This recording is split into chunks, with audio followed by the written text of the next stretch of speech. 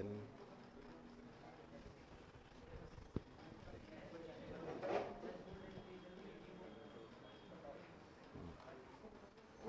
हाँ जी, good afternoon everyone. चलो जी, हाँ जी, I am audible for the online class? चलो ठीक है।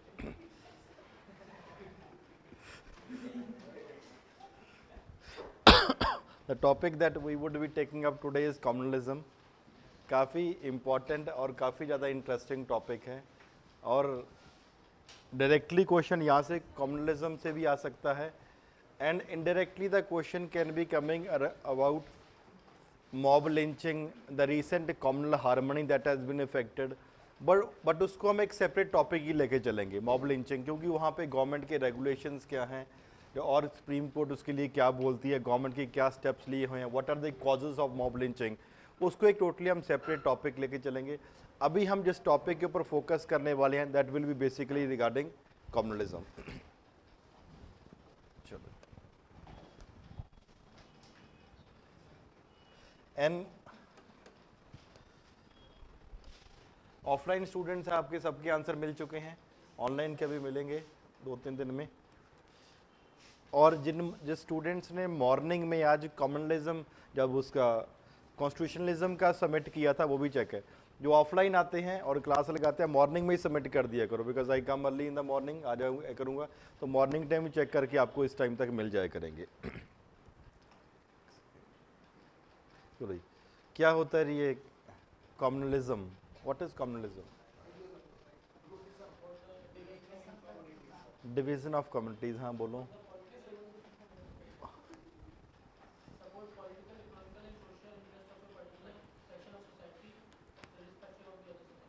और कुछ? हाँ, एक्सट्रीम फेथ इन पर्टिकुलर, किसी धर्म को ज़्यादा मानना। हिंदी मीडियम का कौन कौन है? 1 2 और एक और किसने? अच्छा यार, बड़े ज़बरदस्त बढ़िया आंसर लिखे थे आपने, सच में बहुत बढ़िया आंसर्स थे, स्पेशली तीनों के आंसर बहुत ज़बरदस्त थे। जब जीएस की क्लासेस में भी लिखते हैं वो सर भी बताते थे हिस्ट्री वाले की काफ़ी अच्छे आंसर्स होते हैं, तो मैंने तो पहले बार आपके चेक करे हैं, वेरी गुड आंसर्स। और ज़्यादा कुछ नहीं होना, ठीक है। ठीक है, चलो जी बाबा। नहीं, इंग्लिश वालों ने भी अच्छे लिखे हैं, लेकिन इनका काफ़ी ज़्यादा अट्रैक्टिव था, प्रेजेंटेशन भी काफ़ी। चलो ठीक है, हैं?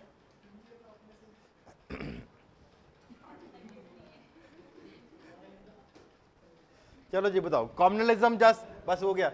सांप्रदायिकता क्या होता है? व्हाट इट इज, डेफिनेशन क्या हो सकता है, क्या होता है ये बताओ जी।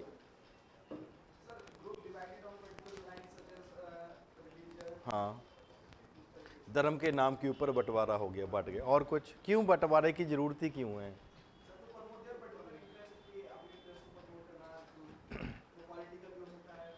ठीक है, और कुछ है? किसने बोला है? अरे बोल जोर से। Made by human. और कुछ? Vote bank politics. और कुछ? Provide dominance of one lease, special preference to region vote bank के लिए। और कुछ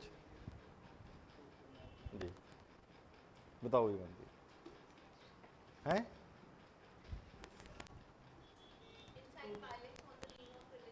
हाँ, धर्म के नाम के ऊपर दंगे करवाना, ठीक है, कौन करवाता है? पॉलिटिशियन या पॉलिटिकल लीडर्स हो सकते हैं। और कोई है? बाबा हो सकता है। और कोई है? अंडरवर्ल्ड हो सकता है, वेरी गुड। और कोई? र्यूमर्स फैलाए जा सकते हैं, वेरी गुड। और कुछ? कोई किसी की बात सुनेगा ही क्यों? कोई किसी की बात सुनेगा ही क्यों? सबसे पहले बड़ी बात तो ये है, कहाँ पे इन्फ्लुएंस होना जरूरी है? Common interest. कौन सा कॉमन इंटरेस्ट? धर्म नहीं है यहाँ पे, एक कुछ हद तक। और कुछ है? यार आप ना, चलो पहले बात तो सोसाइटी का पता होना चाहिए, मोबिलाइज करना पड़े। किसको मोबिलाइज करोगे? मोबिलाइज किसको करोगे? It is basically a tendency है। किसकी टेंडेंसी है? किसी भी सोशल रिलीजियस ग्रुप, जरूरी नहीं कि सिर्फ धर्म के नाम के ऊपर ही दंगे हो सकते हैं, दंगे तो इसके ऊपर भी हो सकते हैं भी, इस पर्टिकुलर कैटेगरी को आप जॉब्स क्यों दे रहे हो, दूसरों को क्यों नहीं दे रहे हो? होते हैं ना, कौन क्यों नहीं होते, और होने के चांसेस भी कंपेरेटिवली होते। तो पहले बात तो टेंडेंसी है, किसकी टेंडेंसी? एक सोशल रिलीजियस ग्रुप की, किसके लिए? For exploitation. किसको एक्सप्लॉयट करोगे? एक सोशल ट्रेडिशन को।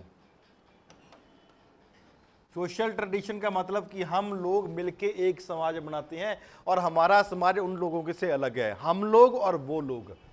एक्सप्लॉयट करने के लिए एक सोशल ट्रेडिशन मीन्स एक गुटबंदी होना बहुत ज़्यादा जरूरी है, ताकि आपको एक कम्युनिटी को बाइंड करके रखा जा सके कि सोशल ट्रेडिशन है। क्यों? सोशल ट्रेडिशन को मोबिलाइज यूज करें किस तरीके के लिए? ताकि पॉलिटिकल मोबिलाइजेशन हो सके। कोई भी राजनेता बोलेगा कि फॉर एग्जांपल मैं डेवलपमेंट की बात करता हूं जी, मैं डेवलपमेंट की बात करता हूं मैं, या फॉर एग्जांपल मैं किसी और चीज, या बोलेगा मैं स्वामीनाथन की कमेटी की रिपोर्ट रिकमेंडेशन इंप्लीमेंट करूंगा, कोई सुनेगा उसकी बात? नहीं। यहां पे बोलो सतनाम वाहिगुरु जय श्री राम अल्लाह अकबर, सब लोग इकट्ठे हो जाएंगे भाई। क्यों? एक सोशल ट्रेडिशन को मोबिलाइज यूज करना है ताकि लोगों को आसानी से मोबिलाइज किया जा सके। किसके लिए? राजनीतिक तौर के ऊपर मोबिलाइज करना पड़ेगा। क्यों करेंगे मोबिलाइजेशन? ताकि प्रमोट करेंगे वेलफेयर। क्यों मोबिलाइज करेंगे? आपके पीछे लोग क्यों लगेंगे? आप कुछ तो उनको दिखाओगे ना कि हम आपके लिए ये करेंगे, आप हमारे पीछे आओगे, हम आपके लिए वो करेंगे। Therefore it is very important that mobilization should be there. किसका इंटरेस्ट प्रमोट करना है? पॉलिटिकल, इकोनॉमिक और सोशल, राजनीतिक तौर के ऊपर, आर्थिक तौर के ऊपर, सामाजिक तौर के ऊपर आपके इंटरेस्ट को, किसके? इस सोशल ग्रुप के इंटरेस्ट को प्रोटेक्ट एंड प्रमोट करेंगे। और जहां पे जरूरत पड़ेगी हम दूसरों के खिलाफ एंटागोनिस्टिक भी जाने को तैयार हो जाएंगे। तो ये होती है पूरी की पूरी कम्युनलिज्म की definition. Communalism is not only कि हिंदू मुस्लिम हो गया, या हिंदू सिख हो गया, या कुछ और हो गए। एक सोशल रिलीजियस ग्रुप की टेंडेंसी है। किस चीज के लिए? ताकि एक्सप्लॉयट करें। किसको एक्सप्लॉयट करोगे? अब ऐसे लोगों को, आपको कोई बोले कि चलो यार दंगा करते हैं, आप जाओगे? क्यों? आप अपना दिमाग लगाओगे। बहुत बार ऐसे केसेस हुए हैं कि जम्मू एंड कश्मीर में पत्थरबाजी होती है, लेकिन उसके बाद बंद कैसे हो जाती है? एक छोटा सा एग्जांपल देखने को मिला था हमें, जैसे डिमोनेटाइजेशन हुआ, पत्थरबाजी क्यों बंद हो गई? पैसे नहीं थे देने के लिए। तो मतलब ऐसा तो नहीं कि लोग अपने आप आ रहे हैं। तो सोशल ट्रेडिशन को यूज करते कहीं पे, मतलब हमारे बाबा जी को इफेक्ट हो गया, गुरु ग्रंथ साहब को कुछ ना कुछ किया गया, मंदिर को कुछ ना कुछ किया गया, मस्जिद को कुछ ना कुछ किया, बुद्ध के चैत्य स्तूपा को कुछ ना कुछ किया गया। क्यों? वहां पे एक सोशल ट्रेडिशन को, कि हमारे समाज, हमारे लोग, हमारा बाबा को इफेक्ट किया गया, ताकि लोगों को मोबिलाइज करना ऐसे बातों के ऊपर आसान हो जाता है। अब मोबिलाइज क्यों करोगे? प्रोटेक्ट करना जी, प्रमोट करना। किसके? अपने कम्युनिटी के इंटरेस्ट को। कौन सा interest? Social interest, economic interest और पॉलिटिकल इंटरेस्ट। किसके खिलाफ? दूसरी कम्युनिटी के खिलाफ। और अगर जरूरत भी पड़ी हम दूसरी कम्युनिटी के अगेंस्ट जाने को भी तैयार हैं। समझ आया? पहले बात तो इसकी सांप्रदायिकता का डेफिनेशन आपको पता होना चाहिए। सिर्फ हिंदू मुस्लिम या किसी भी दो धर्मों के बीच इसको करके मत रखो। It is very wide. Mobilize करना पड़ेगा। दंगों करने के लिए चार बंदे थोड़ा इकट्ठे होंगे, बहुत you need a group of people दंगे करने के लिए। एंड दंगे करने के लिए, ग्रुप ऑफ पीपल को मोबिलाइज करने के लिए आपको कोई ट्रेडिशन चाहिए, और ट्रेडिशन की हम ये वो लोग हैं और दूसरे दूसरे लोग हैं, इसको एक्सप्लॉइट करना बहुत ही ज़्यादा जरूरत है, मोबिलाइज करना जरूरत है। तो it is not only political that is required, यहाँ पे धार्मिक तौर के ऊपर पॉलिटिकल के साथ साथ इकोनॉमिक इंटरेस्ट भी प्रोटेक्ट है। क्यों? पॉलिटिकल, सोशल, इकोनॉमिक इंटरेस्ट को प्रोटेक्ट एंड प्रमोट करना है। अपने लोगों को प्रोटेक्ट प्रमोट करना है, दूसरे लोगों के खिलाफ या दूसरे लोगों के अगेंस्ट जाके या उनके साथ रहते हुए भी अपनी कम्युनिटी के इंटरेस्ट को बचा के रखना है। इतना क्लियर हुआ सबको? ऑनलाइन ऑल्सो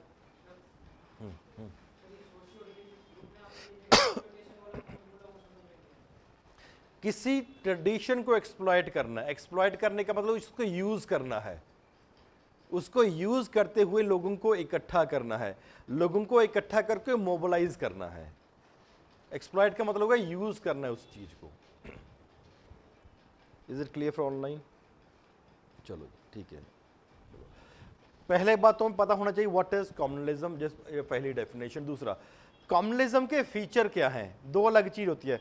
फैक्टर जो रिस्पॉन्सिबल है कि कम्युनलिज्म या सांप्रदायिकता होता क्यों है, वो एक अलग चीज है। फीचर का मतलब होता है किस तरीके से आपको इसको हिंदुस्तान में देखने को मिला है। फीचर का मतलब यह है कि 1947 के बाद अगर आज तक की बात करते हैं तो किस तरीके से हमें कम्युनलिज्म अपनी सोसाइटी में, अपने राजनीतिक तौर के ऊपर, अपने आर्थिक तौर के ऊपर, सोशल इकोनॉमिक पॉलिटिकल वेज में हमें इंडिया में देखने को मिलता है, जिसको बोलते हैं comparatively the features that are there. तो फीचर कौन कौन से हैं जिसके?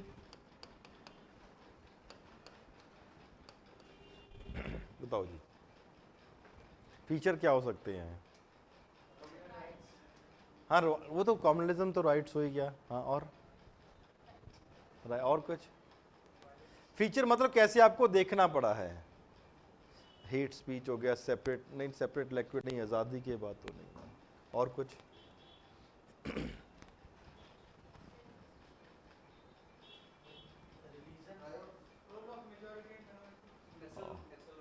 नहीं,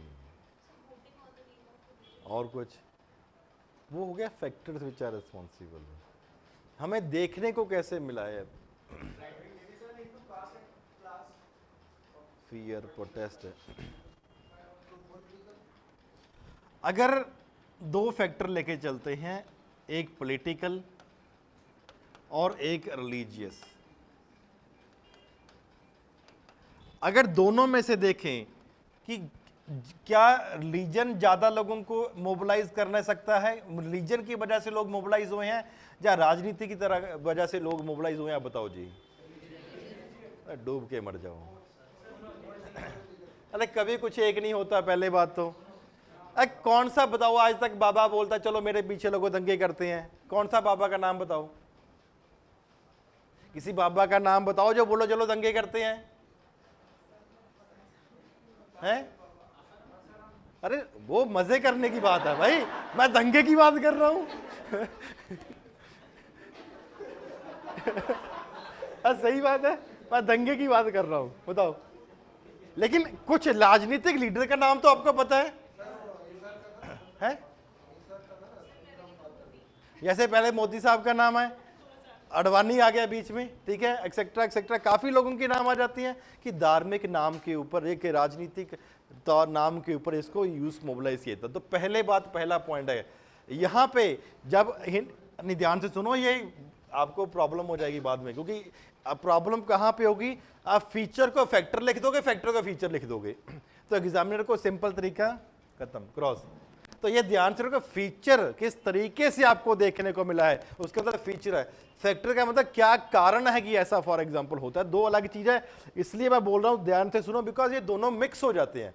फीचर और फैक्टर आप अपने लेवल के ऊपर मिक्स कर दोगे तो प्रॉब्लम है। पहली बात तो they are more politically oriented than religious, ज्यादा राजनीतिक तौर के ऊपर लोगों को मोबिलाइज किया जाता है कि दंगे करो, और धार्मिक वाला एंगल कंपेरेटिवली सिर्फ यूज कर लिए, तब वहां पे है। पॉलिटिकल इंटरेस्ट के साथ यहाँ पे इकोनॉमिक इंटरेस्ट भी हिंदुस्तान में बहुत ज़्यादा देखने को मिला है।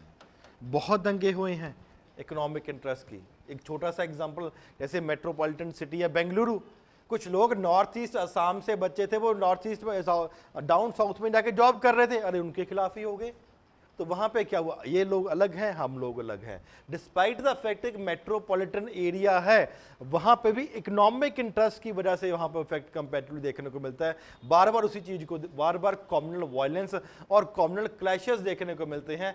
यहाँ तक प्रॉब्लम हो गई थी, कुछ स्टूडेंट बिहार और उधर बड़े एरिया से नॉर्थ ईस्ट में रेलवे का एग्जाम देने जा रहे थे, उनको जाने नहीं दिया। क्यों? उनको लग रहा था कि हमारी कम्युनिटी अलग है। तो कम्युनलिज्म का मतलब सिर्फ ये मत समझो कि धार्मिक तौर के ऊपर, क्योंकि कम्युनिटी को भी मोबिलाइज कर रहे हैं। कहीं ना कहीं पे वो हिंदू मुस्लिम का भी हो सकता है मेजॉरिटी, लेकिन कम्युनिटी के इंटरेस्ट को, हम लोग अपने लोग हैं, ये लोग बाहर दूसरे लोग हैं, तो उनको प्रोटेक्ट करना, उनको जो इफेक्ट करना इनकी जिम्मेवारी है। तो रिलीजियस कॉज भी होते हैं, लेकिन रिलीजन से ज़्यादा पोलिटिकल कॉज देखने को मिलते हैं। Secondly, it is also economically also it is very much important that अगर हमारे लोगों को कुछ ना कुछ फॉर एग्जांपल रिजर्वेशन या सीट्स नहीं दिए जाएगी तो हम प्रॉब्लम क्रिएट करेंगे। नो, नॉर्थ इंडिया में ज्यादा देखने को मिलता है कि साउथ इंडिया में? Therefore, in the last 70 years feature क्या है कि इसको ज्यादा से ज्यादा नॉर्थ इंडिया में देखने को मिलता है as compare to south India. वहां पे लिटरेसी कंपेरेटिवली ज्यादा है, वहां पे मिक्सिंग ऑफ द कल्चर ज्यादा है। जब आप इसको दूसरे एंगल से देख लो, वहां पे इतनी मुस्लिम पॉपुलेशन नहीं है जितनी नॉर्थ इंडिया में है। This is also one of the reason. तो यहाँ पे अगर ओवरऑल की देखने की बात करते हैं, it is more seen in the northern part of the country as compare to the southern part of the country. वहां पे चौथा, दंगे होने के चांस कहां पे ज्यादा होते हैं? हैं? और कुछ और कुछ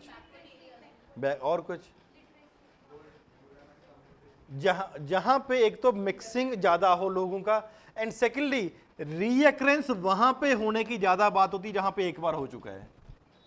जहां पे दंगा, समझते हो ना इस बात को, जहां पे एक बार दंगा हो चुका है दोबारा उसी जगह पे दंगा होना बहुत ही ज्यादा आसान है। फॉर एग्जांपल मुजफ्फरपुर हुआ, क्या मुद्दा था? मुद्दा was just a love marriage, जो कर रहे हैं उसको फोर्सेबल कन्वर्ट कर रहे हैं, ये हो रहा है वो हो रहा है। क्यों? मोबिलाइज किया गया लोगों को वहां पे। यहाँ पे रीअक्रेंस की बात है, तो जहां पे दंगे ऑलरेडी एक बार हो चुकी हैं वहां पे सोसाइटी शार्पली डिवाइड हो चुकी है कि वहां पे अगर छोटा सा भी इंसिडेंट इनको देखने को मिलता है वहां पे फिर से दंगे होने के चांसेस कंपेरेटिवली बहुत ज्यादा है। होते किस टाइम पे हैं? एक दूसरा, very good, not election, it is when there is a religious festivals that are taking place, तब होने के चांसेस ज्यादा हैं। क्यों? चलो ठीक है, अब ये इधर प्रोसेशन, हम यहाँ कुछ मुस्लिम का प्रोसेशन है तो हिंदू वाले मंदिर से निकालेंगे, मुस्लिम हिंदू का प्रोफेशन है तो मस्जिद से निकालेंगे और वहां पे जाके कुछ उल्टा सीधा बोलेंगे। क्यों? ज्यादा वहां पे ये वाले लोग भी इकट्ठे होंगे, ये वाले लोग भी इकट्ठे होंगे, वहां पे कुछ छोटी सी बात निकली तो फॉर एग्जांपल हो जाएगा। जैसे अभी रिसेंटली एक पाकिस्तान ने इंडिया को हरा दिया, क्रिकेट मैच है, हार जीत तो लगी रहती है, तो वहां पे लोग पाकिस्तान मुर्दाबाद, हिंदुस्तान जिंदाबाद, ये क्या बात हुई? क्रिकेट मैच है, हमने उनको 11 बार हराया, 12वीं बार हम हार गए, इसमें क्या है?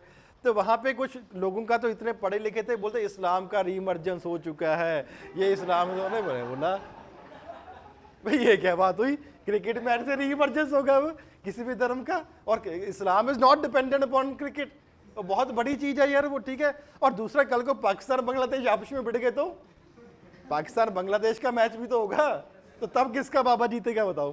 तो फिर फंस जाओगे। It is more taking place जब वहां पे धार्मिक मुद्दे, फॉर एग्जांपल रिलीजन वहां पे comparatively, and most importantly recently क्या हुआ है? Use of the deadly weapons have been taking place. Deadly weapons ज्यादा से ज्यादा, फॉर एग्जांपल पहले थे जैसे डेडली वेपन्स, खतरनाक हथियार, फॉर एग्जांपल कैसे पहले कैसे लड़ते थे? तलवार उठा ली, मार दिया। 1947 50s में, 1984 में सिखों के गल में टायर डाल दिए एक्सेट्रा। अब रिसेंटली क्या हुआ? मस्जिद में एक बॉम्ब रख दिया, उसमें सॉरी नॉट मस्जिद, एक बुद्धिस्ट जगह पे बॉम्ब रख दिया चैत्या में। पहले ऐसी चीज देखने को नहीं, मोनेस्ट्री में वहां पे एक वहां पे रख दिया, बॉम्ब रख दिया बिहार में, कोई 2-3 साल की बात है। तो वहां पे क्या है? अब रिसेंटली डेडली वेपन्स का यूज कंपेरेटिवली ज्यादा हो चुका है।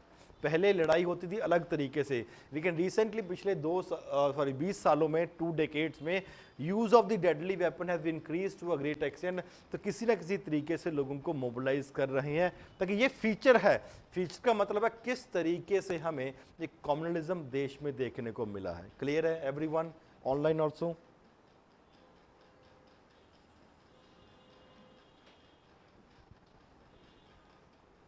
अच्छा, चलो जी, क्या रिपीट करना है जी? Understand third point, north India में ज्यादा देखने को मिलता है as compare to south India. चलो आगे, what are the factors which are responsible? तो ध्यान में रखना है, फीचर्स और फैक्टर्स दोनों अलग अलग बात है। हाँ जी, दंगे क्यों होते हैं बताओ जी, क्या कारण हो सकते हैं? पॉलिटिकल हो गया, सेंटीमेंट सोशल हो गया, इकोनॉमिक हो गया, और हिस्टोरिकल, वेरी गुड, ठीक है, रिलीजियस और ह्यूमर छोड़ सकते हैं, और क्या बोला? हाँ बिल्कुल, हाँ बिल्कुल, र्यूमर्स फैलाए जाते हैं। और कुछ है?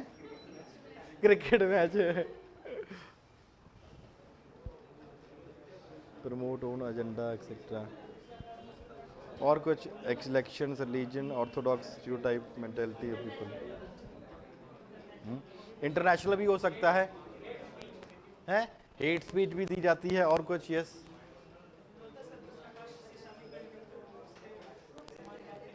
दूसरे कास्ट से, दूसरे धर्म से शादी होगी तो चलो,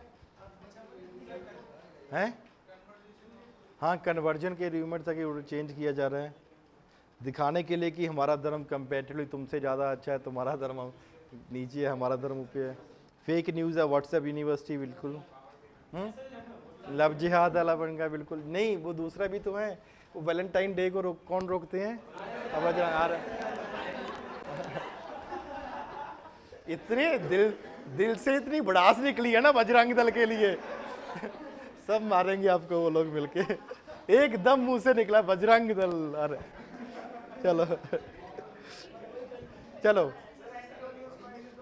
हाँ हाँ वो चलो, नाउ ध्यान दो। अब इसको लिखना कैसे है? फॉर एग्जाम्पल सोशल फैक्टर्स,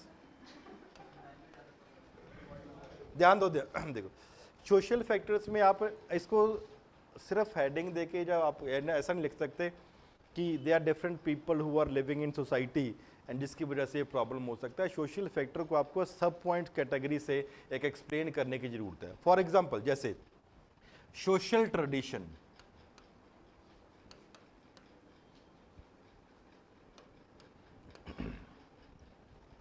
एक कोई सोशल ट्रेडिशन है सोसाइटी में, काफ़ी ज़्यादा मान्यता है उसको, ठीक है, दूसरे उसको लोग क्रिटिसाइज करते हैं। सोशल ट्रेडिशन जो धार्मिक तौर के ऊपर उसमें एक बेसिक एलिमेंट बन चुका है।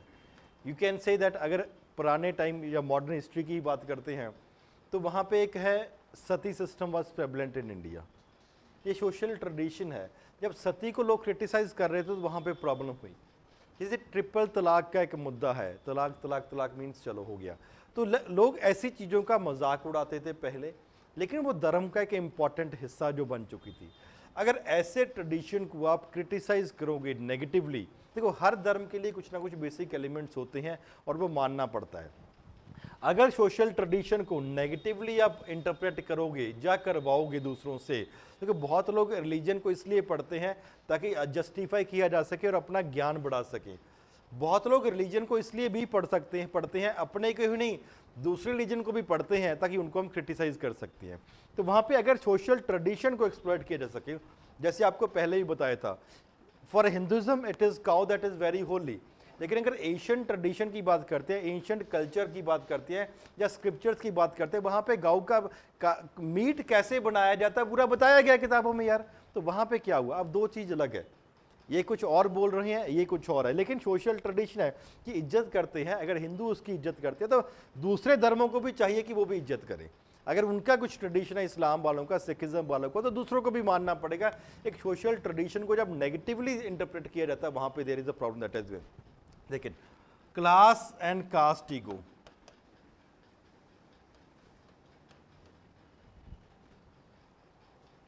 ईगो आ जाती है। क्लास, हम सुपीरियर हैं, तुम इन्फीरियर हो, we are superior and you are comparatively inferior. Caste, तुम पिछड़ी कास्ट के हो, तुमको हम डाउन लुक करते हैं, हम हिंदुस्तान के लोकल हैं, तुम लोग बाहर से चल कर आए हो। तो सोसाइटी में इन्फीरियोरिटी सुपीरियोरिटी का कॉम्प्लेक्स यहाँ पे आ जाता है, जिसकी वजह से भी कभी ना कभी आपको क्लैशेस देखने को मिलते हैं। Inequality and religion based stratification,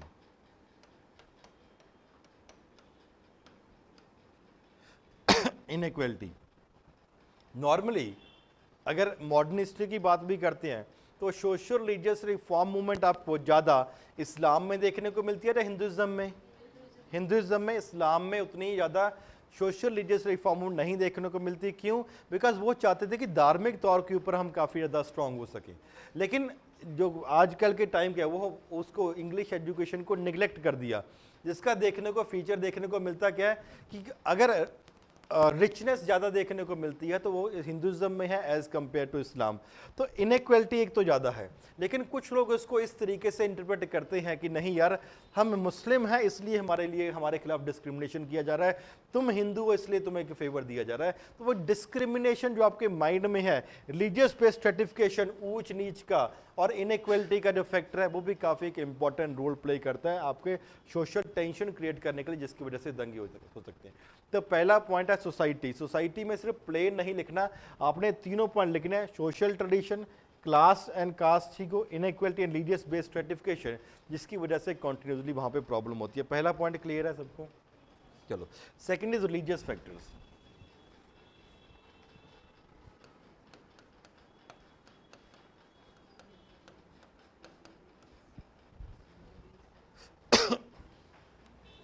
पहले बात तो ये, अगर कॉम्युनल राइट्स की बात करते हैं, एंशिएंट इंडिया में हमें कितने कॉम्युनल राइट्स देखने को मिलते हैं? मिलना ही नहीं है। मेडिवल इंडिया में हमें देखने को नहीं मिलता। मॉडर्न इंडिया में हमें कंपैरेटिवली कॉम्युनल राइट्स देखने को मिल जाते हैं। और हिंदुज़म हुआ, इस्लाम हुआ, सिखिज्म हुआ, क्रिश्चियनिटी या जो भी धर्म है, तो क्या ये मॉडर्न इंडिया में आए हैं कि पहले भी थे? पहले भी थे। तो अभी दंगे क्यों देखने को मिलते हैं, पहले क्यों नहीं दंगे हुए? नहीं, डेमोक्रेसी तो सोसाइटी की जब बात करते हैं तो वहां पे नहीं, इवॉल्व होंगे तो दंगे कम होने चाहिए ना। अगर इवॉल्व भी होंगे तो फिर दंगे क्यों होंगे? और कोई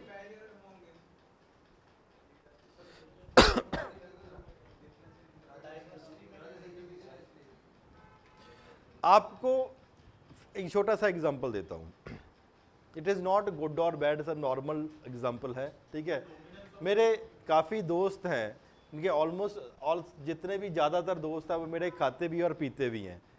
मैं नहीं पीता हूँ। उसने मेरे को सबने बहुत बार बोला भाई तू भी पी ले, ये तो काजू का शरबत है।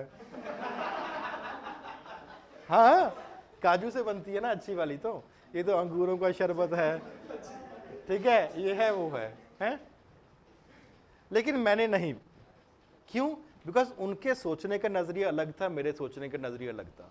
आपको कोई भी बंदा आपकी वैल्यूज के अगेंस्ट भड़का के किसी दंगे में लेके जा सकता है, जब तक आपकी अपनी वैल्यूज नहीं नीचे गिरेंगी।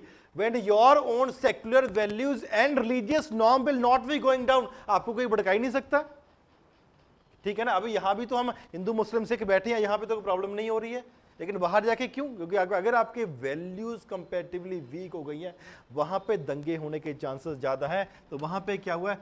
Secular values plus the religious norms have comparatively decline to a great extent.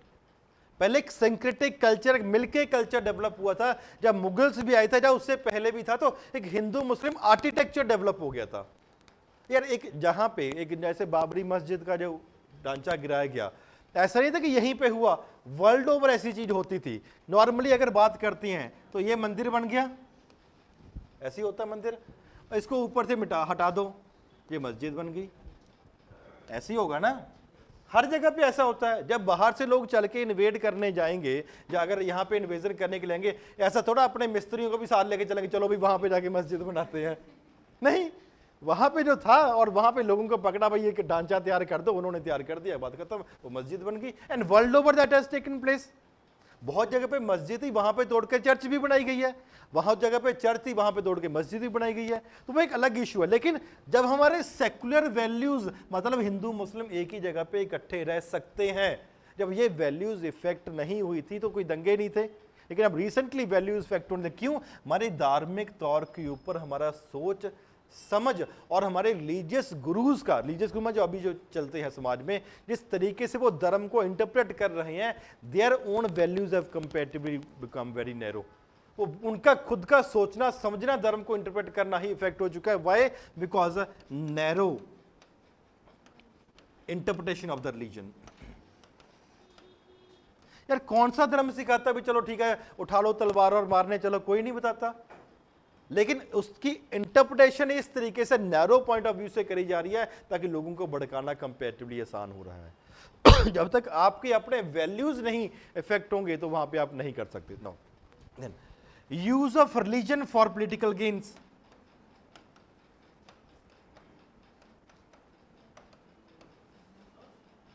धर्म को यूज कर रहे हैं राजनीतिक प्रॉफिट के लिए, आजकल तो ज्यादा ही चल रहा है। ठीक है, बीजेपी बिकेम सो फंडामेंटल कि कांग्रेस वालों को भी राम भगवान की याद आ गई, इससे पहले तो याद नहीं आए थे। क्यों? बिकॉज अब वो भी समझते हैं कि पूरे का पूरा देश ही वैसे ओरिएंटेड हो रहा है। आप कोई भी डिबेट उठा के देख लो, कभी भी एक रिसेंटली 7 सालों में और खास करके पिछले 5 सालों में एक भी डिबेट दिखा दो अगर आपने सुनी हो जो डेवलपमेंट के नाम के ऊपर हो। चाहे कुछ भी डिबेट हो, या तो कौ पे आ जाएगी, या राम मंदिर पे आ जाएगी, या हिंदू मुस्लिम पे आ जाएगी। क्यों आ जाएगी? आज से पहले क्यों नहीं आती थी? 10 साल पहले क्यों नहीं आती थी? क्यों? Because Vajpayee was such great a leader कि he was able to control almost even the RSS also.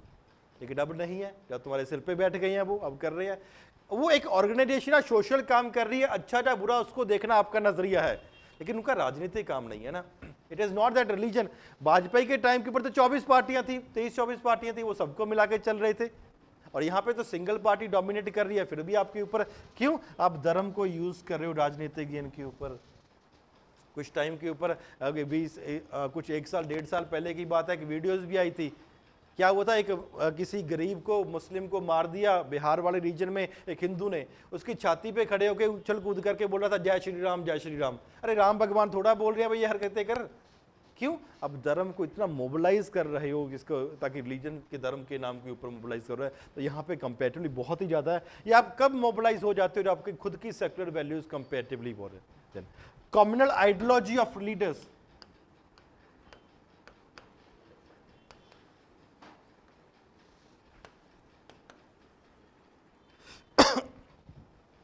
धार्मिक लीडर की भी आइडियोलॉजी कॉमनल हो चुकी है। लीडर्स कौन से? दोनों, पॉलिटिकल प्लस रिलीजियस।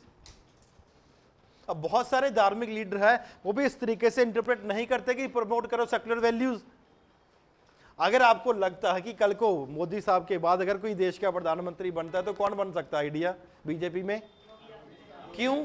क्या एक कब अच्छा काम बता दो उसका है?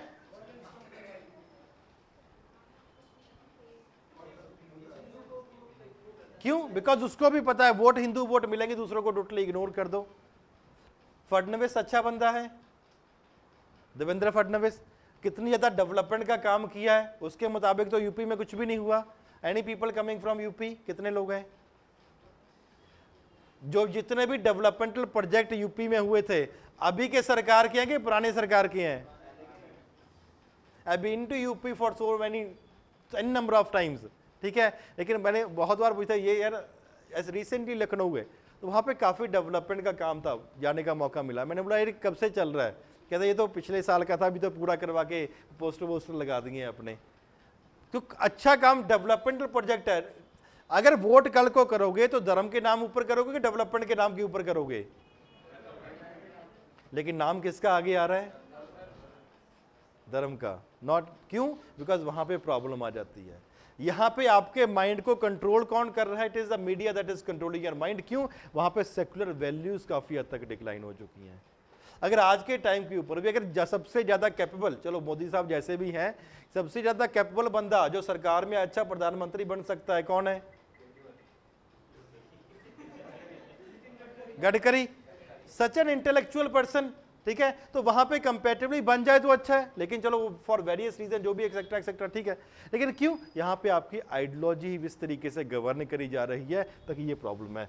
कॉम्युनल आइडियोलॉजी हो रही है धार्मिक लोगों की और फॉर एग्जांपल राजनेता लोगों की, जिसकी वजह से तो पॉलिटिकल फैक्टर में, आप रिलीजियस फैक्टर में ऐसा नहीं हो सकता कि धर्म के नाम के ऊपर ये करते हैं वो कर रहे हैं, ऐसा नहीं, बिल्कुल नहीं। पहला लिख रहा है सेक्युलर वैल्यूज और आपके रिलीजन काफी ज्यादा नॉर्म्स नीचे गिर चुकी हैं, जिसकी वजह से आपको एक्सप्लॉयट करना, आपकी वैल्यूज को, फीलिंग्स को एक्सप्लॉयट करना कंपेरेटिवली आसान है। और धार्मिक इंटरप्रिटेशन बहुत नैरो हो चुकी है। धार्मिक धर्म को यूज किया जा रहा है राजनीतिक गेन के लिए। क्यों? बिकॉज कम्युनल आइडियोलॉजी डेवलप हो रही है। One point should flow of second point should be there. Clear है सर? आप क्या बोल रहे? शरबत नहीं, लिए हैं, वहाँ आपकी थिंकिंग क्या है, वांट टू नो। अरे मैंने कहा तो पीना पी लो भाई, नहीं पीना मत पियो, नहीं पियोगे तो ज़्यादा अच्छा है।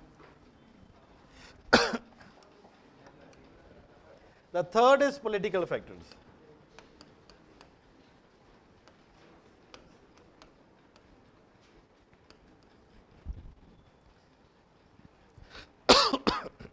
पहला, रिलीजन बेस्ड पॉलिटिक्स।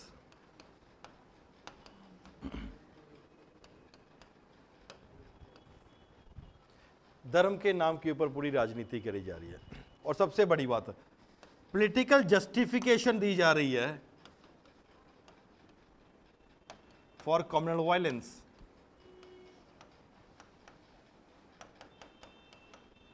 उन्होंने किया तो हमारे लोग कैसे पीछे रह जाएंगे, पॉलिटिकल जस्टिफिकेशन सही है। What this the stupid person Rajiv Gandhi said 1980, उसकी माँ को मार दिया गया था, जब बड़ा पेड़ गिरता है तो छोटे भी कुछ थोड़ा बहुत होता ही है। यूजलेस फेलो, ठीक है। पॉलिटिकल जस्टिफिकेशन दे रहा है, राजनीतिक तौर के ऊपर जस्टिफिकेशन दे रहा है कम्युनल वायलेंस की। अगर उन लोगों ने किया है तो हम भी करके हटेंगे, तो कौन सा झंडा गाड़ लिया, क्यों, प्रॉब्लम है। पॉलिटिकल जस्टिफिकेशन जब भी दोगे अब लोगों को मोबिलाइज करना कंपेरेटिवली, और ये कब होता है, इसके साथ vote bank politics. Vote bank politics becomes very important, the religious factor that are there at this point of time। तो ये इनकी वजह से आपका फिर से कम्युनल वायलेंस होने के चांसेस कंपेरेटिवली ज़्यादा हो जाते हैं। जैसे ओएसी है, ठीक है, काफ़ी ज़्यादा फ्यूरियस और रेटरी करता है, तो वो भी दूसरों के सेंटीमेंट्स इफेक्ट करता है। जब इधर वाले करते हैं तो इनके सेंटीमेंट्स भी इफेक्ट हो जाते हैं। तो दोनों को ही यहाँ पे कर्व करने की ज़्यादा जरूरत पड़ेगी। Then is the economic factors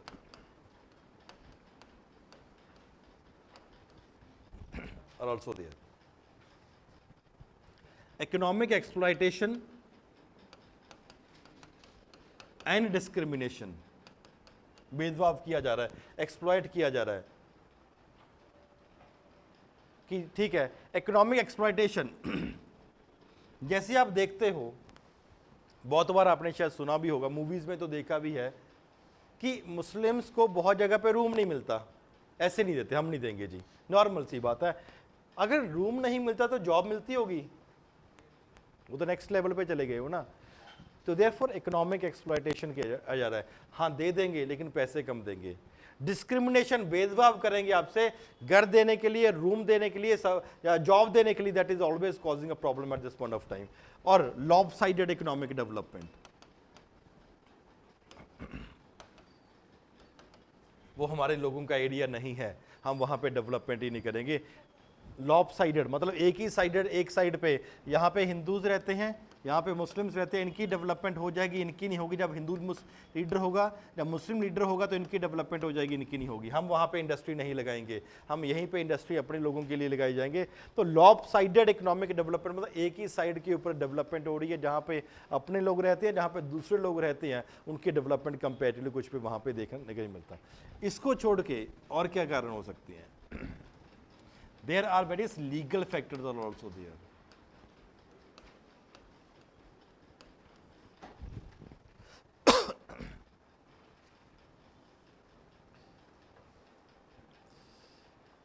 normally expectation था कि जैसी बाबरी मस्जिद का फैसला आता है तो वहां पे दंगे होने के चांस थे, पूरे देश को लग रहा था, लेकिन हुए क्यों नहीं हुए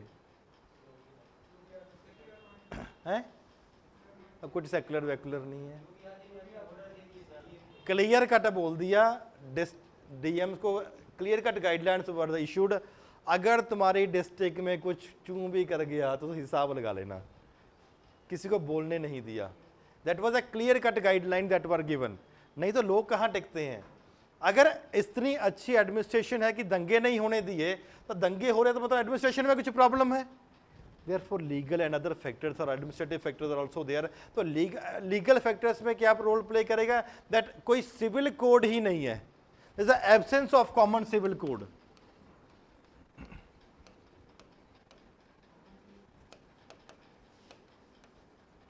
कॉमन सिविल कोड का मतलब क्या होता है कि कुछ ऐसा हमारे आइडियाज हैं, उसको हर धर्म को रिस्पेक्ट करना ही पड़ेगा। जैसे फॉर एग्जांपल दिवाली है, या फॉर एग्जाम्पल मुहर्रम है, या कुछ भी और कोई भी एक ट्रेडिशन हो गया, तो अगर वहाँ पे छुट्टी हो रही है तो आप वहाँ पे उन लोगों की रिस्पेक्ट भी करो। ऐसा नहीं होना चाहिए जब एक जगह पे कुछ रिलीजियस ओकेजन चल रहा है और आप वो दूसरी जगह पे वहाँ पे उनकी रिलीजियस सेंटीमेंट्स इफेक्ट कर रहे हो। तो absence of common civil code, ताकि एक सोसाइटी को किस तरीके से बिहेव करना चाहिए, या दूसरों के कुछ इंपॉर्टेंट डेज आ रहे हैं तो वहाँ पे उसकी एब्सेंस, जिसकी वजह से हमें लॉ नहीं है, तो एक कॉन्टिन्यूसली प्रॉब्लम वहाँ पे करी जा रही है। स्पेशल प्रोविजंस एंड कंसेशंस,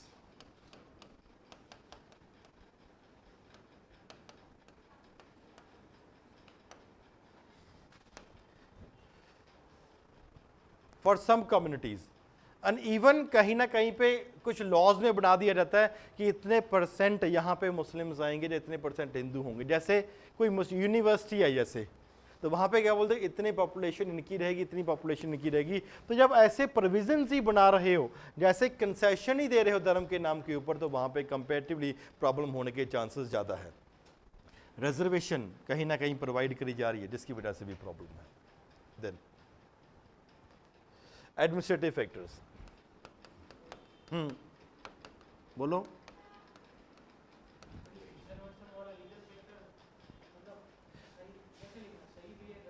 क्यों नहीं, वही है ना कि सही है लेकिन ये नेगेटिव भी हो जाता है। सही तो है बिकॉज चाहिए, लेकिन नेगेटिव भी हो जाता है। हाँ,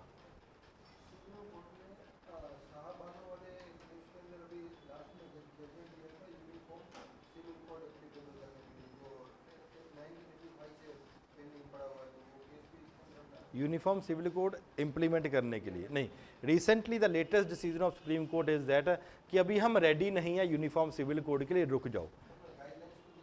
नहीं, गाइडलाइंस तो दी हुई है, वो तो एक अलग चीज़ है कि ऐसा एक होना चाहिए, वो एक टोटली डिफरेंट एस्पेक्ट है। लेकिन अभी बोला कि समाज अभी रेडी नहीं है यूनिफॉर्म सिविल कोड के लिए। वो यूनिफॉर्म सिविल कोड का मतलब एक ऐसा कोड जो आपके हर फंडामेंटल को रेगुलेट करेगा, शादियाँ कैसी है, डिवोर्स कैसी है, ये कैसे है, वो कैसे है। लेकिन यहाँ पे कॉमन सिविल कोड की यूनिफॉर्म या कॉमन सिविल कोड का यहाँ पे मतलब क्या है कि जब कोई भी एक रिलीजियस ओकेजन है या कुछ हो रहा है, उसके टाइम के ऊपर कैसे रेगुलेट करना है, कहाँ पे। नहीं, अभी रेडी नहीं है सोसाइटी, होना चाहिए। वो तो डीपीएसपी में डाल दो ना कि as provided in the DPSP also. चलो, next is the administrative factor that are there. पहला होता है lack of coordination.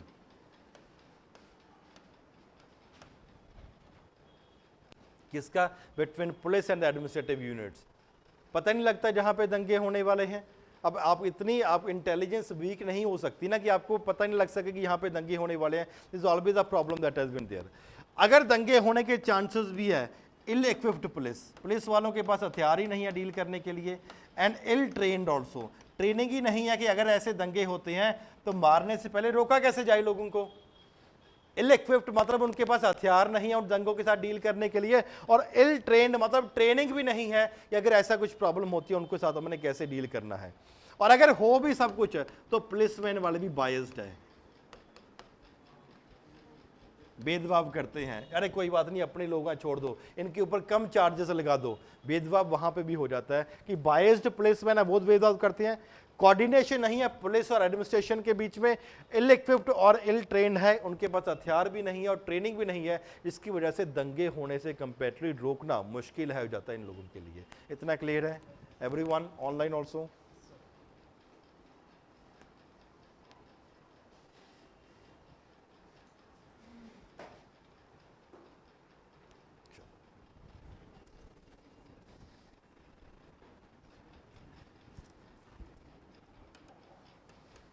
Not only this, but also psychological factors.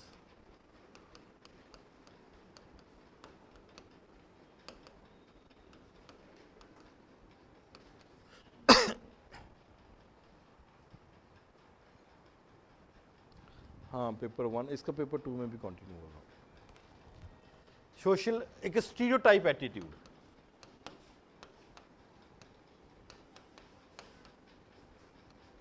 वो लोग तो ऐसे ही होते हैं, दैट इज स्टीरियोटाइप एटीट्यूड। देखो, आपको भी कुछ लोग अच्छे लगते हैं क्योंकि वो ऐसे ही अच्छे लगते हैं, कुछ लोग बुरे लगते हैं क्योंकि ऐसे बुरे लगते हैं, उसका कोई कारण नहीं होता। हम नहीं, सही बात है ना, आपका व्यू बन जाता है, अरे वो तो ऐसा ही लग रहा है, ऐसा ही होगा, तो ऐसा ही लिख सकते। तो वहाँ पे एक stereotype attitude that has been formed at this point of time, या नहीं यार वो लोग तो ऐसे ही होते हैं, the stereotype attitude is always affecting. And stereotype attitude एक नेक्स्ट लेवल पे चला जाता है जब हम भेदभाव करते हैं, social prejudice that has been there. भेदभाव भी सोसाइटियल लेवल के ऊपर भी भेदभाव हो सकता है कि नहीं यार हमारे समाज में ये लोग हमारे साथ में रहेंगे, दूसरे लोग हमारे साथ में कंपेरेटिव नहीं रहेंगे। देन जिसका एक फियर साइकोसिस की तरह डेवलप हो जाता, नहीं यार इन लोगों से हमें डरने की जरूरत है, ये लोग हमें मार देंगे, ये लोग ये कर देंगे, ये लोग ये कर देंगे। तो ऐसा रियलिटी में चाहे कुछ ना हो, लेकिन एक साइकोलॉजिकल फैक्टर डेवलप हो जाता है कि नहीं यार इससे अच्छा कि वो लोग यहाँ पे नहीं रहेंगे, जब वो लोग हमें मार देंगे इससे पहले हम उनको अटैक कर दें। This psychological attitude, psychological factor एक बहुत ही इंपॉर्टेंट रोल प्ले करता है। एक फियर साइकोसिस, एक तनाव का माहौल सोसाइटी में होने के लिए, जब स्टीरियोटाइप एटीट्यूड है, थोड़ा बहुता भी कुछ उसके रिलेटेड फैक्टर हो गया, अब दंगे लोग हथियार उठा लेंगे। थोड़ा बहुता भी कुछ उसके फैक्टर हो गया तो उसके हथियार उठा लेंगे। अभी कुछ पहले भी क्लास में एक एग्जांपल दिया हुआ है, बिहार में काफ़ी ज़्यादा बाहर रहती है, मतलब कुछ ना कुछ होता रहता है। तो वहाँ पे एक कुत्ते ने एक काऊ को काट लिया, ठीक है, न्यूज़ बनी थी। तो काऊ तो हिंदू है, तो कुत्ता क्या हुआ? कुत्ता मुस्लिम हुआ। रियलिटी बता रहा हूँ, ये 1 साल भी नहीं हुआ इसको। तो कुत्ता मुस्लिम है, तो अब कुत्ते को तो मारेंगे नहीं डायरेक्टली, इनडायरेक्टली, तो कुत्ते का मालिक क्या हुआ? मुस्लिम हुआ। और काऊ वाले का मालिक क्या हुआ? हिंदू हो गया। तो यू वांट टू बिलीव लोगों ने लाठी वाठी हथियार उठा लिए, भी एक दूसरे को मार देंगे हम। वो तो बाद में पता लगा कुत्ते का मालिक भी हिंदू ही है। तो वहां पे हथियार उठाए खड़े थे और फिर पता लगा नहीं भाई दोनों ही हिंदू है, चलो टल जाते हैं। क्यों? थोड़ा बहुत भी ऐसा होता है तो लोगों में सेंटीमेंट्स इफेक्ट हो जाते हैं, नहीं यार ऐसा हो। तो एक स्टीरियोटाइप एटीट्यूड है। Normally love marriages are very common, inter religion marriages, inter caste marriages भी है, लेकिन अगर ऐसे एरिया में जहां पे एक बार इंसिडेंट हो चुका है, उस नाम के दंगे हो चुके हैं, अब उस एरिया में, उस कम्युनिटी में अगर वहां पे इंटर रिलीजन मैरिज होगा तो लगता है कि नहीं ये तो धर्म परिवर्तन, लव जिहाद कर रहे हैं जी, ठीक है। तो वहां पे वो फैक्टर कंपेरेटिवली वो सामने देखने को आ जाता है। देन सोशल प्रेजुडाइज मतलब भेदभाव करना। चलो नाउ हिस्टोरिकल फैक्टर्स।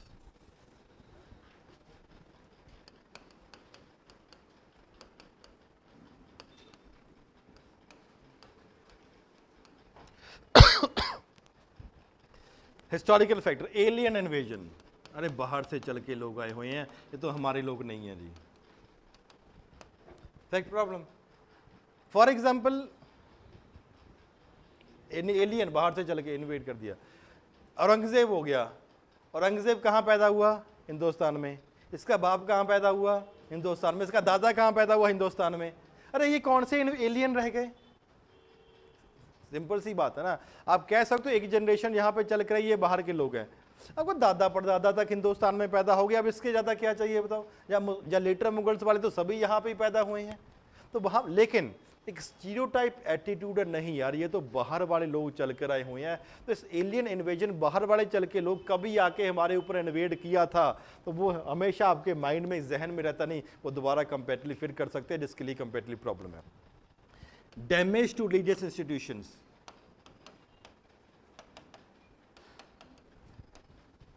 जब आज से 1000 साल पहले वो हिंदुस्तान में आए थे, उन्होंने एक मंदिर तोड़ दिया था, अब वो अगर ये लोग यहाँ पे आएंगे तो आज भी हमारा मंदिर तोड़ देंगे। डैमेज टू रिलीजियस इंस्टीट्यूशन, वहां पे कुछ कहीं ना कुछ हुआ है, लेकिन हमेशा एक हिस्टोरिकल फैक्टर कंपेरेटिवली उनके पास रह जाता है। देन ब्रिटिशर आगे, divide and rule policy. Britisher ने divide and rule policy follow करी, एंड उसके बाद जो उसका कंक्लूजन था, पार्टीशन का ट्रॉमा,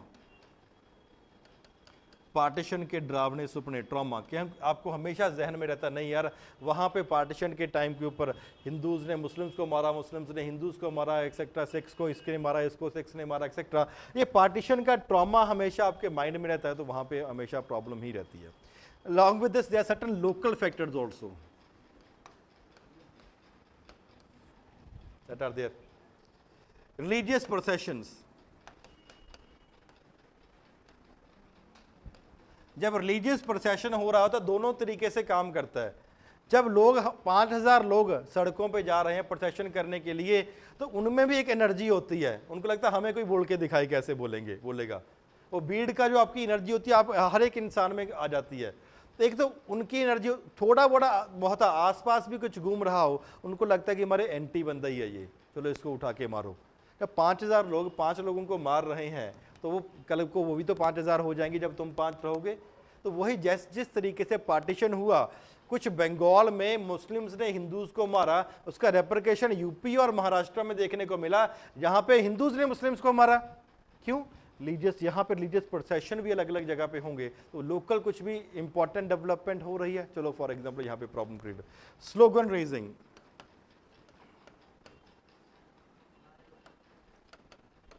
अच्छा, भीड़ की एनर्जी आ जाएगी तो वहां पे स्लोगन तो अपने आप ही निकलते हैं, ठीक है?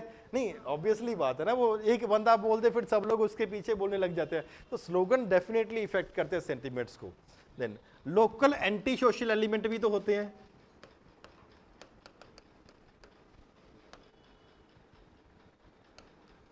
समाज में आपके मोहल्ले में एक आधा तो ऐसे ही इंसान होता ही है जो उल्टा सीधा हमेशा बोलता रहेगा, ये लोग अच्छे हैं, ये लोग बुरे हैं, एक्सेट्रा एक्सेट्रा। अब ऐसे लोगों को बाई चांस भीड़ में मौका मिल जाए और 4-5 उसके जिगरी यार वैसे फिर और मिल जाएं, तो बोले कि हम ही हम हैं, नहीं बाकी सब कम है, तो प्रॉब्लम हो जाती है, हैं?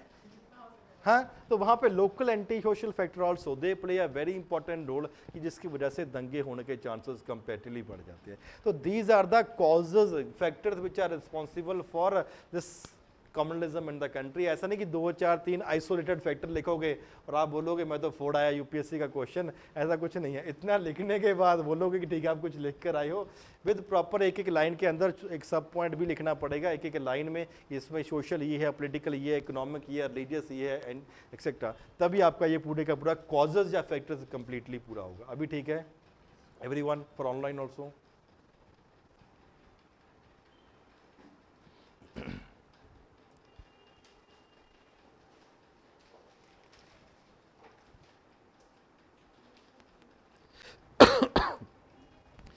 इनइक्वालिटी, धर्म के नाम के ऊपर भेदभाव किया जाता है कि हम इनको नौकरी नहीं देंगे, हम उनको रहने का जगह नहीं देंगे, एक्सेट्रा एक्सेट्रा, तो भेदभाव किया जाता है।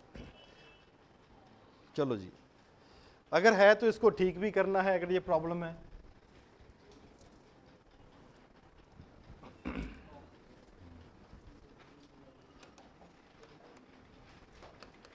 सॉल्यूशंस क्या होना चाहिए? और एक जो कल और परसों एक जो क्वेश्चन लिखे हैं आपने, ठीक है यार, खास करके परसों वाला प्रेम्बल वाला क्वेश्चन, तो सीधा ही कर देते हो, सॉवरेंटी से शुरू, सॉवरेंटी ये होता है जी, सोशलिस्ट ये होता है। अरे एक दो वर्ड तो लिखो, प्रेम्बल इज द कोर या क्रक्स या summary of the constitution and the words like sovereignty and socialism are the most important feature, और उसके आगे शुरू करो। अब सीधा थोड़ा जैसे वो होता है ना बे औलाद की तरह, चलो इसको ले दे, फॉर एग्जाम्पल माँ बाप ने, चलो कुछ भी लिख लो यार, ऐसे थोड़ा होगा कि it is important to understand यार, कुछ रेंडमली थोड़ा ना कुछ भी लिखोगे, ऊपर नीचे कुछ तो होगा उसके यार। अब सीधा सॉवरेंटी ये होता है जी, अब मैं अंदर नहीं बोलना चाहता क्या क्या लिखा है, बिकॉज पर्सनल बेइज्जती हो जाएगी वो, ये सबका ऑलमोस्ट कॉमन है, ठीक है, 90% लोगों ने यही लिखा है, सॉवरेंटी एक्सेट्रा एक्सेट्रा, और ये है। ऐसा नहीं होता, भावनाओं को कंट्रोल में करो, ठीक है, और अगर कोई भावना है उसको भी कंट्रोल में करो, ठीक है, ठीक है, ठीक है। तो it is therefore important to understand, ऐसा कुछ नहीं होता, रैंडमली नहीं लिखा होता। एक कॉमन गलती, दूसरी कॉमन गलती कॉन्स्टिट्यूशनल वाले क्वेश्चन को बताता हूँ यार। आप कॉन्स्टिट्यूशनलिज्म बता रहे हो, कुछ लोगों ने तो पहले माहौल बनाया है, कॉन्स्टिट्यूशन कॉन्स्टिट्यूशन क्या होता है वो लिखा है, फिर कॉन्स्टिट्यूशनलिज्म क्या होता है वो लिखा है, और लास्ट में एक लाइन लिखी हुई है बड़े से पैरे में के नीचे, it is means limited government. अरे ये पहले लिखना है सबसे ऊपर, कुछ शब्द का मतलब ये है, उसको इसको इस तरीके से दिखाया जा रहा है। आप पहले कॉन्स्टिट्यूशन लिख रहे हो, फिर ये लिख रहे हो, फिर अरे ऐसा नहीं होता, ठीक है, क्योंकि जो पूछा जा रहा है उससे पहले आप माहौल बना रहे हो, और माहौल तो इंट्रोडक्शन में बनाना होता है, आपने वैसे ही कर दिया। तो he is not that free to valuate your, और ना रिश्तेदारी पड़ती है, ठीक है, तो वो किसको क्या पता किसको, उसने जो ऊपर लिखा है उसको देखेगा ना, अंदर भी वही लिखा होना चाहिए। अगर स्टार्टिंग में आपने पहली 2 लाइन में लिमिटेड गवर्नमेंट लिख दिया, उसको एक्सप्लेन करो एक्सेट्रा। आप पहले ऊपर नीचे माहौल बना रहे हो, उसके बाद जाके लिख रहे हो जी इट मीन्स लिमिटेड गवर्नमेंट, ये क्या होता है? अगर it is important to understand, ऐसा नहीं है, आप अपनी मर्जी से नहीं लिख सकते। इट इज एक तो वर्ड लिमिट में थोड़ा सा अपने आप को कंस्ट्रेन करो, तो उसको वर्ड लिमिट के अंदर लिखो, तो लिखना क्या है और कहाँ पे क्या लिखना है, that is comparatively very very important. तो मैं आपको इतनी केस स्टडी बता रहा, अरे कम से कम देख के ही लिख लो उसके नाम।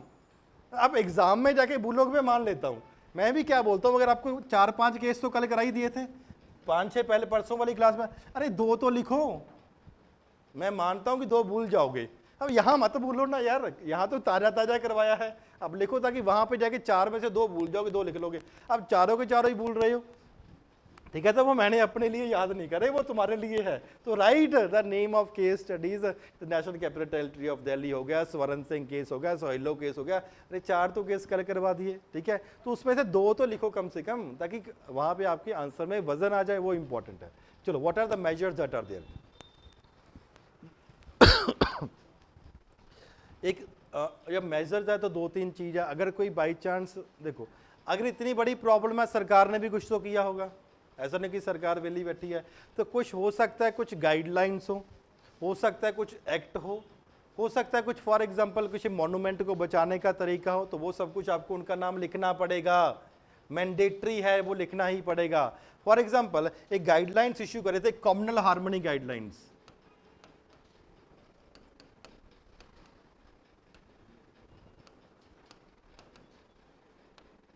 by Ministry of Home Affairs 2008, very important communal harmony के guideline है जी Ministry of Home Affairs, according to which various things has to be taken into consideration, ठीक है ना। तो लिखना पड़ेगा, ये गाइडलाइंस की है, ये ऑलरेडी कुछ ना कुछ, ऐसा नहीं कि आप ही सब कुछ बता रहे हो, सरकार को आज तक कुछ पता ही नहीं है, सरकार को भी पता है, वहाँ पे भी पढ़े लिखे लोग बैठे हैं, उनको भी पता है ये प्रॉब्लम है और इस प्रॉब्लम को दूर करने की जरूरत है, ठीक है।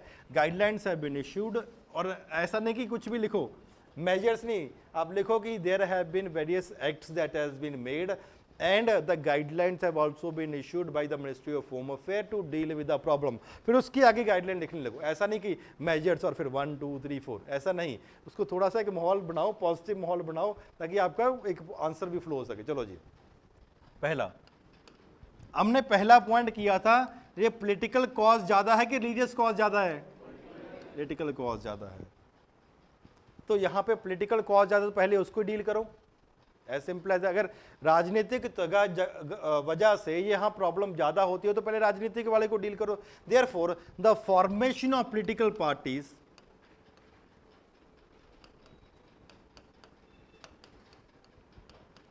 On communal lines, line should not be encouraged.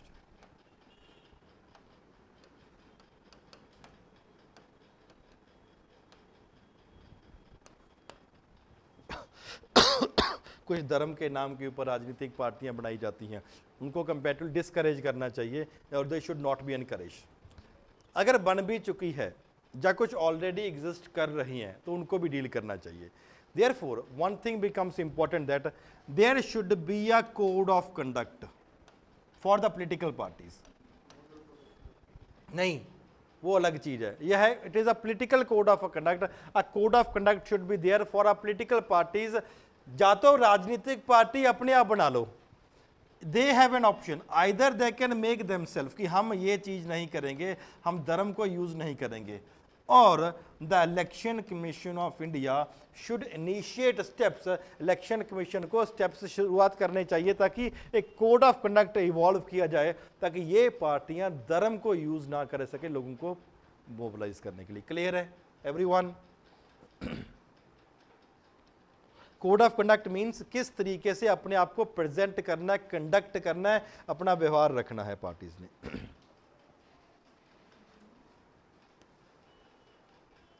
चलो, not only this, the state machinery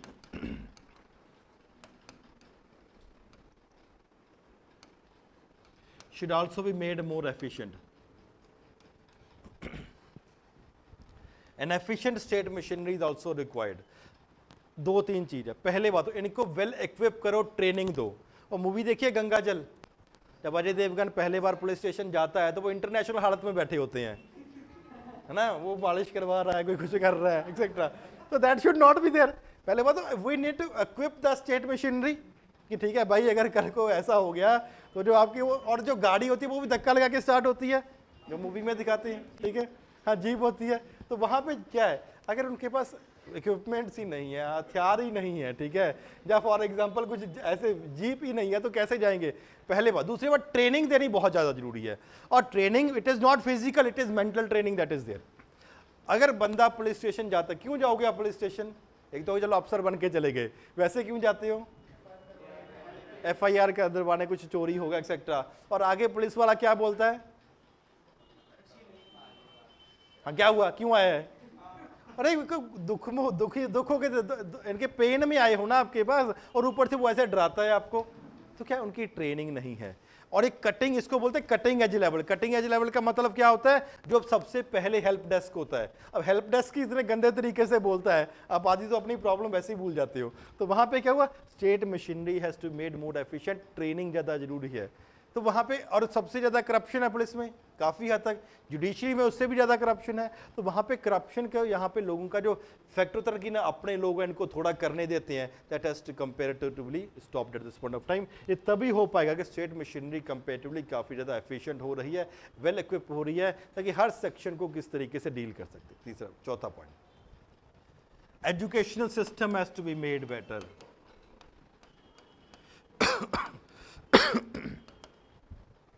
educational system, it has to important that आपकी जो वैल्यूज हैं, जो आपके सोसाइटियल नॉर्म्स है, जो कॉमन कल्चर है इस्लाम में, हिंदुइज्म में, सिखिज्म में। देखो, अगर सूफिज्म की बात करते हैं या भक्तिज्म की बात करते हैं, तरीका तो भगवान को पाने का सेम ही है ना।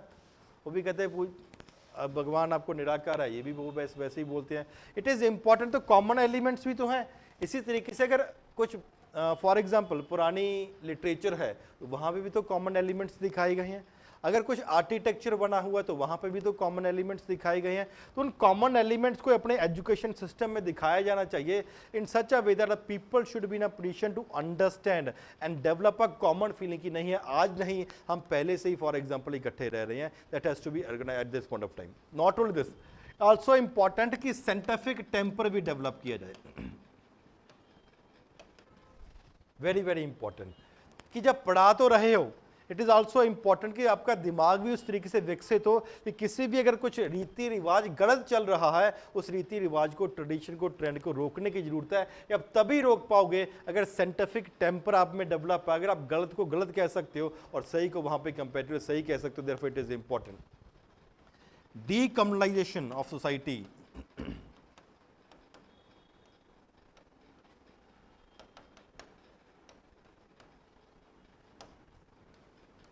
Of society should also be taking place. यहाँ पे बहुत ही ज़्यादा जरूरी है डीकम्युनलाइजेशन ऑफ सोसाइटी, कि सोसाइटी ही नॉर्मली हद तक काफ़ी कॉम्युनल हो चुकी है। नॉर्मली या जिस तरीके से टीवी में डिबेट सुनते हैं वही समाज में आपस में बातें चल रही होती हैं। इस प्रॉब्लम को ओवरकम करने की जरूरत है और यहाँ पे अलग अलग पीस कमिटीज रोल प्ले कर सकती हैं। अलग अलग एरियाज में पीस कमिटीज, अलग अलग एरियाज में जहाँ पे हिंदू और मुस्लिम जहाँ अलग अलग कम्युनिटी के लोग रहते हैं, तो कमिटी बना लो जिसमें फॉर एग्जांपल 15 मेंबर हैं। वहाँ पे 3 रिलीजन रह रहे हैं, 5 हिंदू कर लो, 5 मुस्लिम कर लो, 5 सिख कर लो, एक्सेट्रा। कि अगर कुछ भी प्रॉब्लम होती है तो आप दूसरे अपनी कम्युनिटी को परसुएड करोगे कि नहीं भाई दंगे छोड़ दे, इकट्ठा रहते हैं, सदियों से इकट्ठे रह रहे हैं। Peace committees has to be there, और पीस कमिटीज का काम यही होना चाहिए कि एक समाज के लिए कोड ऑफ कंडक्ट डेवलप करे कि अगर एक को प्रॉब्लम है दूसरा उसकी हेल्प के लिए किस तरीके से जाएगा। That is comparatively very very important. तो वहाँ पे आपको पीस कमिटीज बनाने की ज़्यादा जरूरत है। Communal press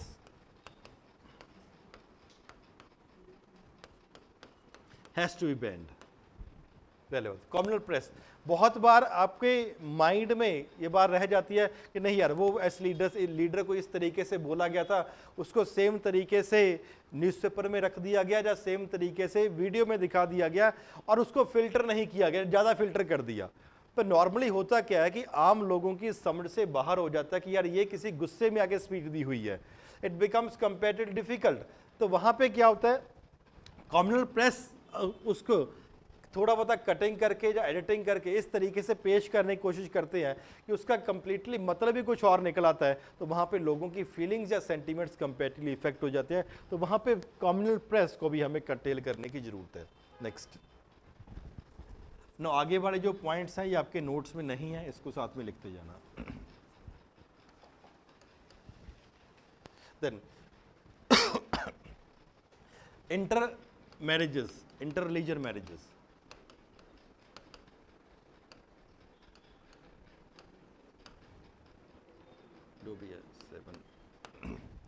inter-religion marriages has to be important, better law enforcement.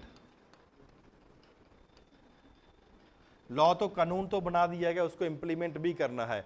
अगर कुछ आपने कानून बना दिया है उसको इंप्लीमेंट करना है, फिर भी दंगे हो गए हैं, तो क्या होना चाहिए, इसी कानून में क्या होना चाहिए, स्पेशल कोर्ट की प्रोविजन भी हो कि अगर ऐसी कोर्ट न्यायालय बनाई जाए, अगर कोई भी मुद्दा आए, धार्मिक मुद्दा है, जो कम्युनलिज्म का इशू है, उसको जल्दी से पहले फास्ट ट्रैक में जल्दी से खत्म करना है।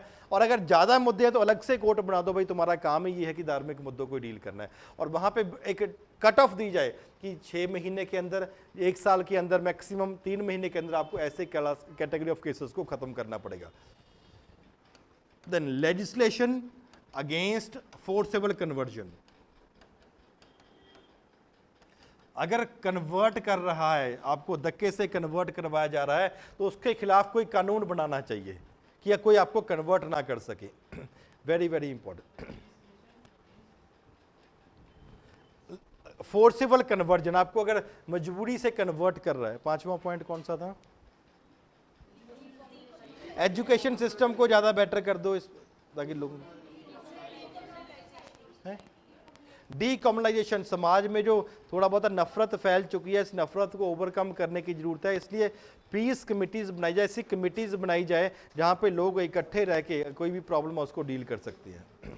लेजिस्लेशन अगेंस्ट फोर्सेबल कन्वर्जन, कि अगर कुछ कन्वर्जन चल रहा है किसी पर्टिकुलर एरिया में, उसके खिलाफ सख्त कानून बनाने चाहिए। एंड वेरी वेरी इंपॉर्टेंट, इसके लिए अरुणाचल प्रदेश, एग्जाम्पल लिखो, अरुणाचल प्रदेश, मध्य प्रदेश, उड़ीसा, तमिलनाडु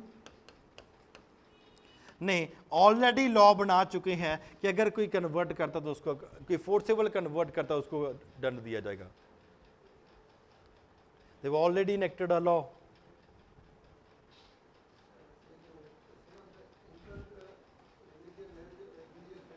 को हाँ,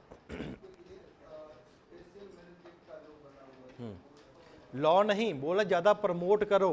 प्रमोट करे का मतलब कि चलो ठीक है, अगर इंटर रिलीजन मैरिज होता है उसको 1 लाख रुपए हम देंगे, ठीक है। जैसे अभी भी प्रोविजन है, अगर इंटरकास्ट मैरिज करते हो सरकार 25 या 50,000 रुपए देती है, अलग अलग स्टेट गवर्नमेंट। अगर इंटर रिलीजन मैरिज करोगे उसको 1 लाख रुपए दे दो, ठीक है, तो वो प्रमोट करो। अरे भाई लिखना है। चलो next is very important, committee on national integration.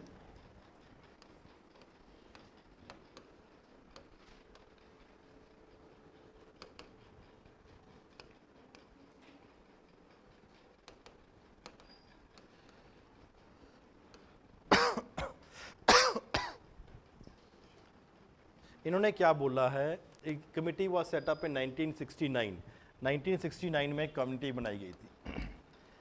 Give recommendation that the festivals should be celebrated in common. Her festival में छुट्टी तो होती है, जो हर धर्म के इंपॉर्टेंट फेस्टिवल है, तो वहां पे ऐसा होना चाहिए कि फेस्टिवल्स को joint celebration of community festival होना चाहिए। अगर देखो दिवाली है या लोहड़ी है एक्सेट्रा, एनीवन फ्रॉम विलेज, जो लोग गांव में पले बड़े हुए हैं, छोटा सा, चलो ठीक है, अगर एग्जाम्पल है लोहड़ी, या लोहड़ी एक कॉमन सा एग्जाम्पल जहाँ पे सब लोग इकट्ठे होते हैं।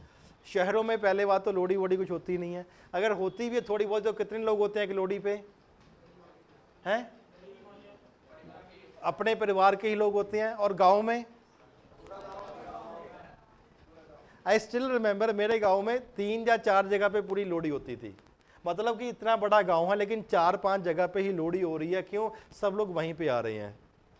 ऐसा ही, चलो it was an occasion type हो जाए, और आज भी ऐसा होता है बहुत सारे गाँव में, ज़्यादातर गांव में तो ऐसा होता ही है। तो वहाँ पे जरूरत क्या है कि जो कॉमन जो फेस्टिवल्स है सबको इकट्ठा मनाना चाहिए। आप एक होता है कि आपने नॉर्मल लिख दिया कि सेलिब्रेट इकट्ठा करो, दूसरा आपने लिखा कि मेरे को नहीं पता जी, कमिटी ऑन नेशनल इंटीग्रेशन ने बोला है कि सेलिब्रेट द फेस्टिवल्स टुगेदर, ताकि कम्युनल हार्मनी वहाँ पे कंपेटिवली प्रमोट करी जा सकती है। वहाँ पे कुछ स्कीम्स है लाइक एनसीसी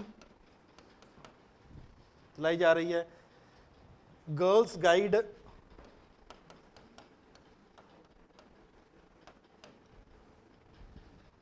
हो गया, youth leadership and training programme,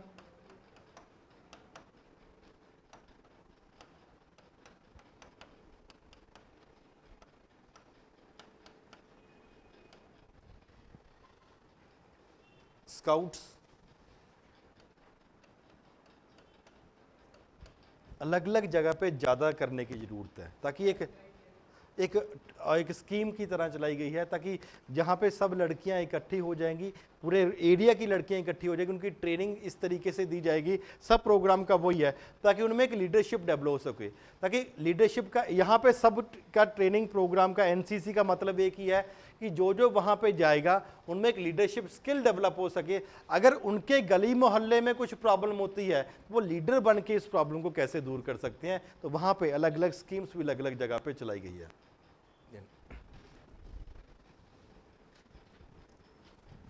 next is foreign intervention, बाहर से भी प्रॉब्लम हो सकती है, शुड बी चेक्ड। अगर बाहर से लोग, जैसे फॉर एग्जांपल पाकिस्तान से कुछ हो रहा है या कहीं श्रीलंका से कुछ प्रॉब्लम क्रिएट करी जा रही है, तो वहाँ पे foreign intervention should be carefully watched कि वहाँ से कुछ फंडिंग ना आ रही हो। जैसे फॉर एग्जांपल क्या, आईएसआईएस के काफ़ी लोग हिंदुस्तान में पकड़े गए, या फॉर एग्जाम्पल रोहिंग्याज काफ़ी दिल्ली में पकड़े जाते हैं, तो वहाँ पे उनको चेक करने की ज़रूरत है ताकि कोई हिंदुस्तान में कुछ प्रॉब्लम ना क्रिएट कर सके। Then an act called place of worship, places of worship, special provision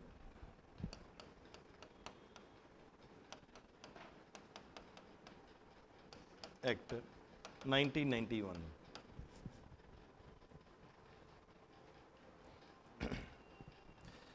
इसके एक्ट के अंडर क्या है कि हर धर्म में एक, जैसे फॉर एग्जांपल आप टेंपल है तो वहाँ पे एक जगह है गर्भगृह जिसको जहाँ पे भगवान की मूर्ति है। सिमिलर एक जगह है जहाँ पे गुरुद्वारा बहुत बड़ा है लेकिन गुरु ग्रंथ साहब एक जगह पे है। सेम इज इस्लाम के लिए, क्रिश्चियनिटी के लिए सब जगह पे है। तो वहाँ पे फॉरेन इंटरवेंशन मतलब बाहर से लोग इंटरफियर कर रहे हैं, आपके देश में प्रॉब्लम क्रिएट कर रहे हैं। इंटरवेंशन को क्या बोलते हैं? हाँ, बाहर से दखल अंदाजी।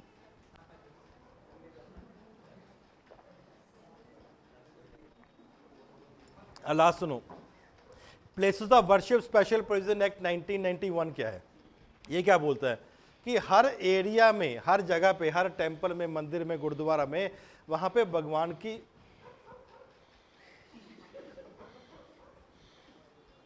ये क्या हो गया नवीन?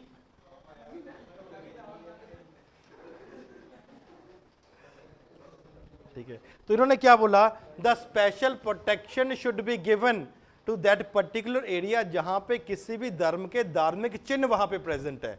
तो एक्ट क्या बोलता है? Place of worship special provision act 1991 क्या बोलता है? जहां पे किसी धर्म के धार्मिक चिन्ह प्रेजेंट है, जैसे मूर्ति है या गुरु ग्रंथ साहब है या होली कुरान है या कुछ भी है, वहां पे उनको चिन्हों को अच्छे से प्रोटेक्ट करने की जिम्मेवारी भी वहां पे स्टेट की या लोकल एरिया की होनी चाहिए। कौन बोलता है? Place of worship special provision act के अंडर ये बोला जा रहा है। तो these are the provisions that are there, जिसके चलते हुए ही हम कम्युनलिज्म को अपने कंट्री में काफ़ी हद तक कंट्रोल कर सकते हैं और एक ऐसा इस जगह हो सकती है जहाँ पे everyone is living in a syncretic relation, एक अच्छे रिलेशन के साथ एक दूसरे के साथ रह रहे हैं। Everyone clear to everyone? Online also?